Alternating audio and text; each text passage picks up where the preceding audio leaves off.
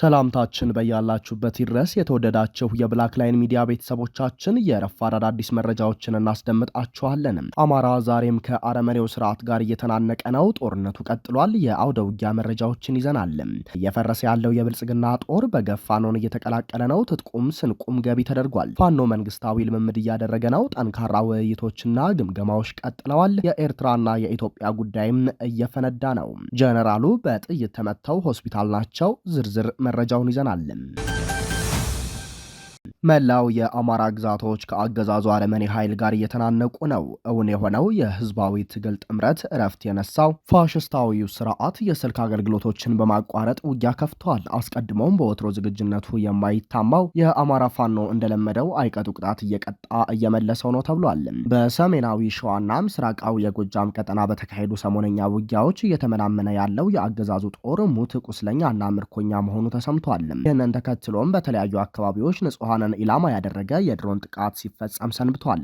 ተጋድሎ ቀጥሎ በትላንትናው ዕለት በአማራ ፋኖ ብሔራዊ ኃይል ደቡብ አማራ ቀጠና አጼ ዘርዓ ያዕቆብ ኮር ስር የሚንቀሳቀሰው የሰባት ለሰባ ክፍለ ጦር ፋኖዎች በኤፍራታና ግድም ወረዳ ፈረድ ውሃ ቀበሌ ላይ በወሰዱት ወታደራዊ እርምጃ ድል መቀዳጀታቸው ተነግሯል። የፋኖ አባላቱ በፈረድ ውሃ ቀበሌ በነበር የጠላት ካምፕ ላይ በወሰዱት እርምጃ ቀንደኛ የጠላት መንገድ መሪ የነበሩ የሚሊሻ አባላትን ጨምሮ በርካታ የአገዛዙ ወታደሮችን በመደምሰስ ወታደራዊ ካምፑንም ማፈራረስ ችሏል ነው የተባለው። በዚህ ቀበሌ መሽጎ ህዝብን ሲዘርፍና ሲያሰቃይ የነበረው የአብይ አህመድ ወንበር አስጠባቂው ኃይል በሰፈረው ቁና ተሰፍሮለት ግብአተ መሬቱ ተፈጽሟል።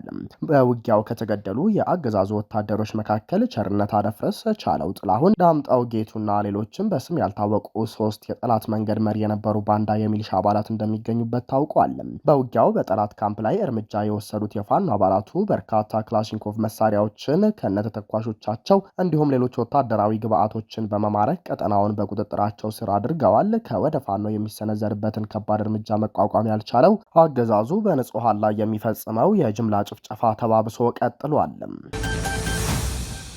በጎጃም ቀጠና የሚንቀሳቀሰው የአማራ ፋኖ ብሔራዊ ንቅናቄ ቴዎድሮስ እዝ 102ኛ ኮር 11ኛ ክፍለ ጦር የይልማና ዴንሳ ወረዳ ጊዜያዊ መንግስት በሁሉም ቀጠና የሚገኙ ቀበሌዎችን በማወያየት ችግር ፈቺ የመፍትሄ ሀሳቦችን ማስቀመጡ ተሰምቷል።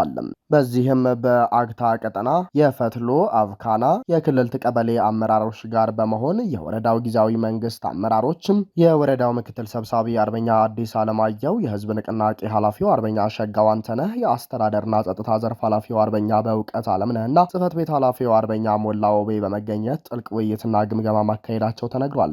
በጎሽዬ ቀጠና ዳባል ቀበሌ ግፋቶ ሚካኤል ቤተክርስቲያን በካህናትና በምዕመኑ መካከል በተፈጠረ ክፍተት ተቋርጦ የነበረውን የቅዳሴ ስርዓት የወረዳው ጊዜያዊ መንግስት አመራሮች አርበኛ በቃሉ ገረመውና አርበኛ አሸሽም የሻለህ ቦታው ድረስ ቀርበው በማወያየት ክፍተቱን በማስተካከልም ካህናትና ዲያቆናትን አገልግሎት እንዲጀምሩ አድርጓል ነው የተባለው። በሪንሳ ባታ ቀጠናም ሰይፍ አጥራ ቀበሌ ሰይፍ አጥራ ማርያም ቤተክርስቲያን ላይ የነበሩ የውስጥ ችግሮችን የ11ኛ ክፍለ ጦር የፍትህና አስተዳደር ሰብሳቢ አርበኛ ክበባቸው ፈሩና የወረዳው ጊዜያዊ መንግስት የሚዲያ ክፍል ኃላፊ አርበኛ ሳሙኤል ስለሺ በተገኙበት ግምገማ ከተደረገ በኋላ ችግሮችን ማስተካከል ተችሏል ተብሏል። የቀጠናው ፋኖ የብልጽግና ካዝናና የጦር ካምፕ ባዶን እያስቀረ ነው ተብሏል። አያሌው ደመቀና ደጉ ደረበ የተባሉ 2 የአገዛዙ ሚሊሻዎች ከአዴትና ከባህር ዳር 1 እግርና 1 ሰደፍ ክላሽ በመያዝ የአማራ ፋኖ ብሔራዊ ንቅናቄ ቴዎድሮስ 102ኛ ኮር 22ኛ ክፍለ ጦርን ተቀላቅለዋል። በሌላ ዜና የብልጽግና አገዛዝ ሰራዊት መነሻውን ከባህር ዳሩ መኮድ በማድረግ የ22ኛ ክፍለ ጦር ሻለቃዎችን ለማጥቃት ወደ ባህር ዳር ዙሪያ ተንተላ ይጎዲ ቀበሌ የተንቀሳቀሰው የጠላት ኃይል ከጠዋቱ 3 ሰዓት ላይ ልዩ ስሙ ተንተላ ይጎዲ እየተባለ በሚጠራው ቦታ ላይ በ22ኛ ክፍለ ጦር ሻለቃዎች በተደረገበት ድንገተኛ የደፈጣ ጥቃት ከባድ ኪሳራ አስተናግዷል። በዚህ የተበሳጨው ሰው በላው የፋሽስቱ ሰራዊት ሞላ ሳላ የተባለ የ60 ዓመት ንጹሃን አዛውንትን በባህር ዳር ዙሪያ ይጎዲ ቀበሌ ላይ በግፍ መግደሉን የአማራ ፋኖ ብሔራዊ ንቅናቄ ቴዎድሮስ 102ኛ ኮር 22ኛ ክፍለ ጦር ህዝብ ግንኙነት ፋኖ አማራ ጌታቸው ገልጿል። በሌላ መረጃም መነሻውን ከፍኖተ ሰላም አድርገው ወደ ጂጋና ሆዳንሻ የተንቀሳቀሱ በነበሩ የአገዛዙ ወታደሮች ወታደሮች ላይ በተወሰደ ሽምቅ ጥቃት ከ24 በላይ ወታደሮች ሙትና ቁስለኛ ሆነዋል። ጥቃቱ የተጠናና እጅግ ፈጣን ነበር የተባለ ሲሆን የጠላት ወታደሮች ተሳፍረውበት ከነበረው ተሽከርካሪ ሳይወርዱ ነው በቦምብና በክላሽ ያለቁትም። በተመሳሳይ የአገዛዙ ቤርሙዳ ከሆነችው ከደጋዳሞቷ ፈረስ ቤት ከተማ ወደ ዳማ ቀጠና በመንቀሳቀስ ላይ በነበሩ የአገዛዙ ወታደሮች ላይ ፋኖ በፈጸመው የከበባ ጥቃት ታላቅ ድል ተቀዳጅቷል። በዚህም የጠላት ኃይል ሙትና ቁስለኛውን የሚያነሳበት አፍታ እስኪያጣ ድረስ ከባድ የጣት ዶፍ ወርዶበታል። የፋኖ አባላቱ ወደ ዳማ ማርቆስ እየተጓዘ የነበረውን የጠላት ሰራዊት ነው ከበባ ውስጥ በማስገባት በፈጸሙት ጥቃት አስከሬኑን ሳያነሳ ወደ መጣበት እንዲፈረጥጥ ያደረጉትም። ይህ በእንዲህ እንዳለ በአፋብን ቴዎድሮስ እዝ 109ኛ ኮር 99ኛ ክፍለ ጦር ስር 3ኛና 4ኛ ሬጅመንት በጋራ በመሆን ወደ ደጋዳሞት ፈረስ ቤት ከተማ እየተጓዘ በነበረ የጠላት ኃይል ላይ በወሰዱት እርምጃ በርካታ ወታደሮችን ሙትና ቁስለኛ በማድረግ ድል ተቀዳጅተዋል። እየወደቀ ያለው የአብይ አህመድ መንግስት ኤርትራ ወታደሮቿን ወደ ኢትዮጵያ ዘልቀው እንዲገቡ በማድረግ ወታደራዊ ትንኮሳ እያደረገች ነው ሲል በይፋ ወንጅሏል። ለኤርትራው የውጭ ጉዳይ ሚኒስትር ኦስማን ሳሌህ በተላከው ደብዳቤ ላይ የብልጽግናው የውጭ ጉዳይ ሚኒስትር ጌዲዮን ጢሞቴዎስ የኤርትራ ኃይሎች ለረጅም ጊዜ የኢትዮጵያን ግዛት ተቆጣጥረው መቆየታቸውንና በሀገር ውስጥ ለሚንቀሳቀሱ ታጣቂ ቡድኖችም የሎጂስቲክስ ድጋፍ እያደረጉ መሆኑ ገልጸዋል።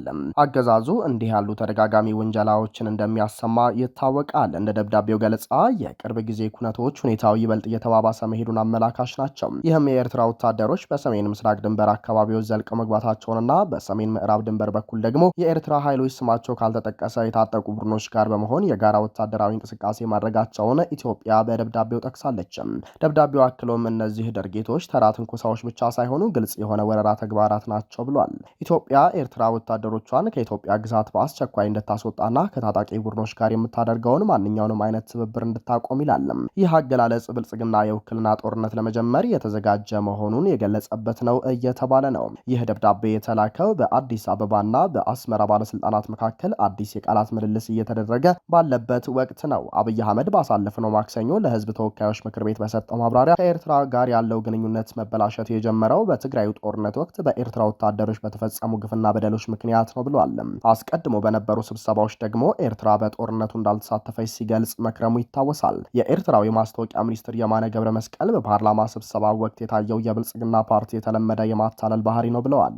አቶ የማነ አያይዘውም የኢትዮጵያ አመራሮችና ከፍተኛ የጦር መኮንኖች ቀደም ሲል የኤርትራ ኃይሎች በሰሜን ኢትዮጵያ ጦርነት ለነበራቸው ሚና ምስጋና ማቅረባቸውንና የመንግስት የክብር ሜዳሊያዎችን ጭምር መስጠታቸውንም አስታውሰው ይህም ለህዝብ ይፋ የሆነ የሚታወቅ መረጃ መሆኑን ገልጸዋል።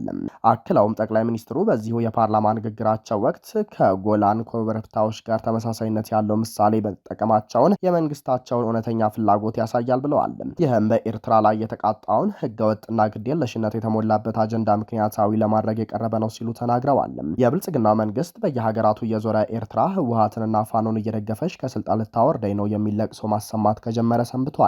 መሀል ባህር ዳር፣ ወልዲያ ወይም ጎንደር በፋኖ ጀግኖች የተወሰዱ እርምጃዎች ሳይቀር በኤርትራ የተቀነባበሩ አስመስሎ እያቀረበ ነው። እንዲህ አይነት ሰበብ ፍለጋ ስልቶች እየወደቁ ያሉ መንግስታት የተለመደ ባህሪ እንደሆነ የእስከዛሬ ልምዶች ያሳያሉ።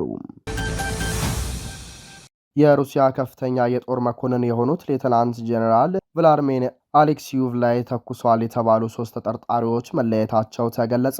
ጥቃቱን ፈጽሟል የተባለው ዩክሬን የተወለደው ሩሲያዊው ሊያምቦር ኮርባ ነው። የሩሲያ መርማሪዎች ኮሚቴ እንዳለው ግለሰቡ ታህሳስ ላይ ሞስኮ የገባው የዩክሬን የደህንነት ተቋም የሽብር ድርጊት እንዲፈጽም ተልዕኮ ተሰጥቶት ነው። ዩክሬን በጥቃቱ እጇ እንደሌለ በመንግስት ክሱን አስተባብላለች። የ64 ዓመቱ የጦር መኮንን ያለፈው ሳምንት አርብ በመኖሪያ ህንፃ አካባቢ ከተተኮሰባቸው በኋላ በሰሜን ምዕራብ ሞስኮ ወደሚገኝ ሆስፒታል ተወስደዋል። ቀዶ ሕክምና ከተደረገላቸው በኋላ ከሰመመን መንቃታቸውን የሩሲያ መገናኛ ብዙሃን ዘግበዋል። የሩሲያ ወታደራዊ የስለላ ተቋም ሁለተኛው እርከን ላይ የሚገኙት የጦር መኮንን ናቸው። ጦርነቱ ከተነሳ ወዲህ በቅርብ ጊዜ ውስጥ ጥቃት የተፈጸመባቸው ከፍተኛ አመራር መሆናቸው ተገልጿል። ጥቃቱን ያደረሰው ግለሰብ ወደ የተባበሩት አረብ ኤሚሬቶች ተጉዟል። ከዚያም በሰዓታት ውስጥ ለሩሲያ ተላልፎ ተሰጥቷል። የሩሲያ ብሔራዊ ቴሌቪዥን ጣቢያ ሩት24 ተጠርጣሪው በጸጥታ ኃይሎች ታጅቦ ከአውሮፕላን ሲወርድ የሚያሳይ ቪዲዮ አስተላልፏል። የዋነኛው ተጠርጣሪ አባሪ ነው የተባለው ግለሰብ ቪክቶር ቫሲ እንደሚባል ይፋ ተደርጓል። በቁጥጥር ስር ውሎ ክስ ተመስርቶበታል። ሶስተኛዋ ተጠርጣሪ ዚናይዳ ሰርብሪኪያ እንደምትባልና ወደ ዩክሬን እንደሸሸች ተገልጿል። ውድ የብላክ ላይን ሚዲያ ቤተሰቦቻችን ለሰዓቱ የነበረን መረጃ ይህንን ይመስላል። ጤና ይስጥልንም።